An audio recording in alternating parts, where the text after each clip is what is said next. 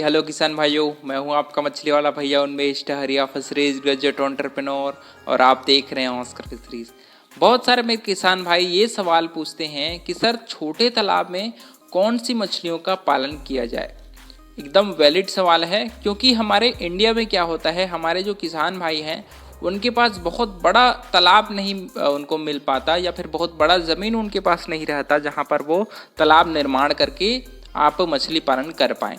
तो आज की इस वीडियो में हम लोग बात करने वाले हैं कि छोटे जो हमारे किसान भाई हैं जिनके पास 20 डिसमिल 30 डिसमिल छोटा छोटा तालाब, वो कौन सी मछली का पालन कर सकती हैं। सबसे पहले तो दोस्तों, अगर आपके पास बहुत छोटा तालाब होगा तो आप कोशिश करिए कि आप नर्सरी पालन को अपना टारगेट बनाइए, क्योंकि अगर आप बीज उत्पादन अच्छे से कर पाते हैं, आप अपने तालाब में स्पॉन को ला करके उसको अच्छे से फ्राई फिंगर रिंग में बदल पाते हैं, तो छोटे तालाब में भी आप अच्छा उत्पादन लेकर के अच्छा मुनाफा कमा पाएंगे। तो अगर आपको नर्सरी पालन का अच्छा नॉलेज है, मछली को कैसे तैयार किया जाता है, उसको छोटे मछलियों को कैसे बड़ा किया जाता है, फ्राई स्पॉन ये सब में कैसे बदला जाता है, अगर उसका नॉलेज अगर आपको अच्छा होगा तो आप मिनिमम 10 डिसमिल 15 डिसमिल 20 डिसमिल में भी अच्छा उत्पादन ले सकते हैं। लेकिन आपका जो मेन जब आप मछलियां बेच पाएंगे वो है आपका बरसात का महीना, जहां पर बच्चों का जो डिमांड है वो ज्यादा होता है, तो उसी समय आपको ज्यादा मुनाफा होगा। लेकिन वहीं अगर आप मछलियों की बात करें तो वो कौन सी मछलियां हैं जो छोटे तालाब में भी अच्छे से तैयार हो जाती हैं।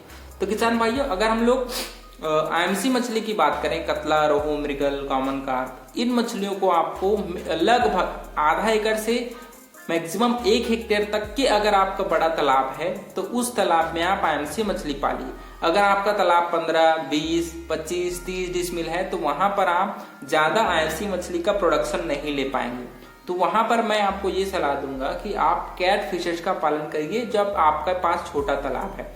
कैट फिशेज में बहुत सारी मछलियां आती हैं, लेकिन मेजर रूप से हमारे इंडिया में हम लोग पालते हैं, पंगासस पालते हैं, ठीक है, आपका सिंघी पालते हैं, आपका मांगुर पालते हैं, आपका पाकू मछली को पालते हैं जिसको हम लोग रूपचंदा मछली बोलते हैं।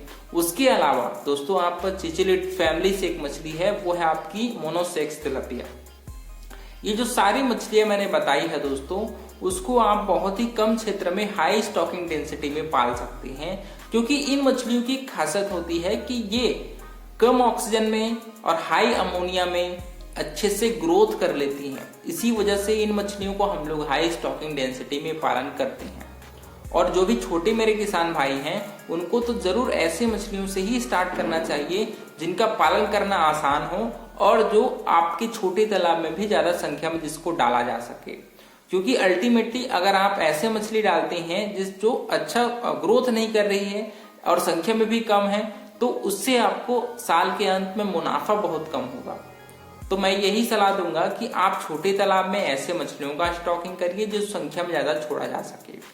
दूसरी बात क्या होता है ना, जब हम कार्प मछलियों को छोटे तालाब में पालते हैं, बहुत मेरे किसान भाई ये गलती करते हैं कि छोटे तालाब में वो कार्प मछली का पालन करते हैं। यहाँ पर आपको जो फार्म का मैनेजमेंट है उसमें सेम खर्च आना है। अगर कोई 1 एकड़ का तालाब है उसमें भी मैनेजमेंट पे हम लोग उतना ही ध्यान देना पड़ता है, वही छोटा तालाब है वहां पर भी मैनेजमेंट पे अपने को सेम ध्यान देना पड़ता है। तो इससे अच्छा ये है कि आप ऐसे मछली का पालन करिए जहाँ पर आपको ऑक्सीजन लेवल को चेक ना करना पड़े, अमोनिया को ज्यादा टेंशन ना लेना पड़े। क्योंकि क्या होता है, जो कैट फिश की मछलियां हैं वो आपके वातावरण से ऑक्सीजन ले लेती हैं, इसी वजह से इसको हम लोग हार्डी स्पीसीज बोलते हैं, जो आपकी एडवर्स कंडीशन को भी अच्छे से झेल पाती है। तो ऐसे मछलियों का चुनाव करिए दोस्तों जो आपके छोटे तालाब में भी अच्छे से ग्रोथ कर जाएं और उसको वाटर पैरामीटर्स को अच्छे से संभालने की ज्यादा जरूरत ना पड़े। क्योंकि हमारी आईएमसी मछलियों को वाटर पैरामीटर्स को बहुत ही अच्छे से केयरफुली चेक करते रहना पड़ता है। 3 दिनों में एक बार, हफ्ते में कम से कम 2 बार आपको वाटर पैरामीटर्स चेक करना पड़ता है। लेकिन अगर आप कैट फिशेस का पालन करेंगे दोस्तों तो आपको वाटर पैरामीटर्स को ज्यादा फोकस नहीं करना पड़ता। आप थोड़े से अमोनिया लेवल बढ़ भी गया तो आप उसको उसके हिसाब से ट्रीट करके आप उसको कम में ला सकते हैं, लेकिन अचानक मछलियां नहीं मरती। इसी वजह से जब भी आप कैट फिशेस का पालन करिए तो वाटर पैरामीटर्स को थोड़ा बहुत हफ्ते में एक बार भी अगर आप चेक करेंगे तो आप मछलियों को कंट्रोल करवाएंगे। इससे ये भी होता है कि जब हम कैट फिशेस का पालन करते हैं तो हम कम एरिया से ज्यादा उत्पादन ले सकते हैं। जैसे हम लोग अगर आईएमसी मछली पालन करते हैं दोस्तों, तो 1 एकड़ में लगभग 3 से 4 टन आपका आईएमसी मछली का उत्पादन होता है। वहीं आपकी कैट फिश की मछलियां दोस्तों पर एकड़ लगभग 6 से 8 टन तक आपकी कैट फिशेस का उत्पादन पर एकड़ तालाब के एरिया में हो जाता है। तो इस वजह से इसको हम लोग हाई स्टॉकिंग में भी डालते हैं और कम एरिया से ज्यादा उत्पादन भी लेते हैं। और इसका ये भी एक फायदा होता है कि इन मछलियों को आप साल में 2 बार भी आप ले सकते हो, क्योंकि इन मछलियों का ग्रोथ रेट बहुत ही हाई होता है। और एक चीज आपको और मैं बताना चाहूंगा कि हम लोग जब भी छोटे तालाब में कैट फिशेस मछलियों का पालन करते हैं तो आपको अपने फीड कॉस्ट को दोस्तों थोड़ा हैवीली इन्वेस्ट करना पड़ता है, क्योंकि इन मछलियों को आपको हाई प्रोटीन युक्त आहार है, वो भी आपकी कंपनी वाले फीड, वो खाना खिलाना पड़ता है। और आपको पता होगा कि आजकल जो कंपनी वाली फीड है उसकी प्राइस बहुत ही हाई हो चुकी है, लेकिन इसका एक फायदा ये होता है कि आप कम क्षेत्रफल में ज्यादा उत्पादन लेते हैं और साल में 2 बार फसल लेते हैं। इसकी वजह से आपका ओवरऑल जो प्रोडक्शन का जो आपकी जो प्रॉफिट होती है दोस्तों, वो लगभग सेम आईएमसी जितना आपको मिल जाता है, उससे ज्यादा ही मिल जाता है। लेकिन आपके पास पूंजी है, पैसे है, उसकी व्यवस्था अच्छी से होनी चाहिए।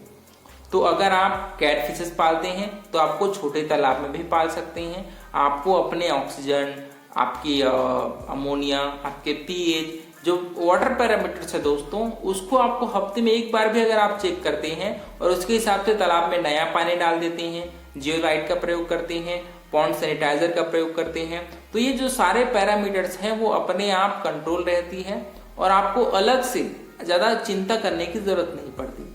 तो कोई भी जो नए किसान है जिसके पास छोटे तालाब होंगे दोस्तों, आपको अपने पानी की व्यवस्था जरूर देख लेनी है, क्योंकि बहुत बार क्या होता है जब तालाब छोटा होता है तो वहां पर अचानक बहुत ज्यादा ऑक्सीजन की कमी हो जाती है। तो मैं ये सलाह दूंगा कि अगर सुबह सुबह आप फ्रेश वाटर तालाब में डालते हो तो आप छोटे तालाब में भी अपने ऑक्सीजन लेवल को बनाए रखते हो, जिससे आपको दूसरे पैरामीटर्स को ज्यादा इफेक्ट नहीं पड़ता। अगर आप तालाब में अपने ऑक्सीजन लेवल को आपने मेंटेन रख लिया है, इसका मतलब ये है कि आप दूसरे पैरामीटर्स को भी हेल्प करते हो। इस प्रकार से किसान भाइयों, अगर आप छोटे तालाब में मछलियों का पालन करना चाहते हैं तो मछलियों की स्टॉकिंग डेंसिटी को आपको ज़रूर फोकस करना है और ऐसे मछलियों का चुनाव करना है जिसको आप छोटे तालाब में भी अच्छे से तैयार कर पाएँ। तो किसान भाइयों, अगर आपको ये वीडियो पसंद आया होगा तो वीडियो को लाइक ज़रूर करिए। ऑस्कर फिशरीज पर नए हैं तो चैनल को सब्सक्राइब करना बिल्कुल मत भूलिएगा। मिलते हैं अगले वीडियो में किसान भाइयों, तब तक के लिए बड़ों का सम्मान करिए, छोटों को प्यार करिए और खुद का ढेर सारा ख्याल रखिए। Thank you, thanks for watching.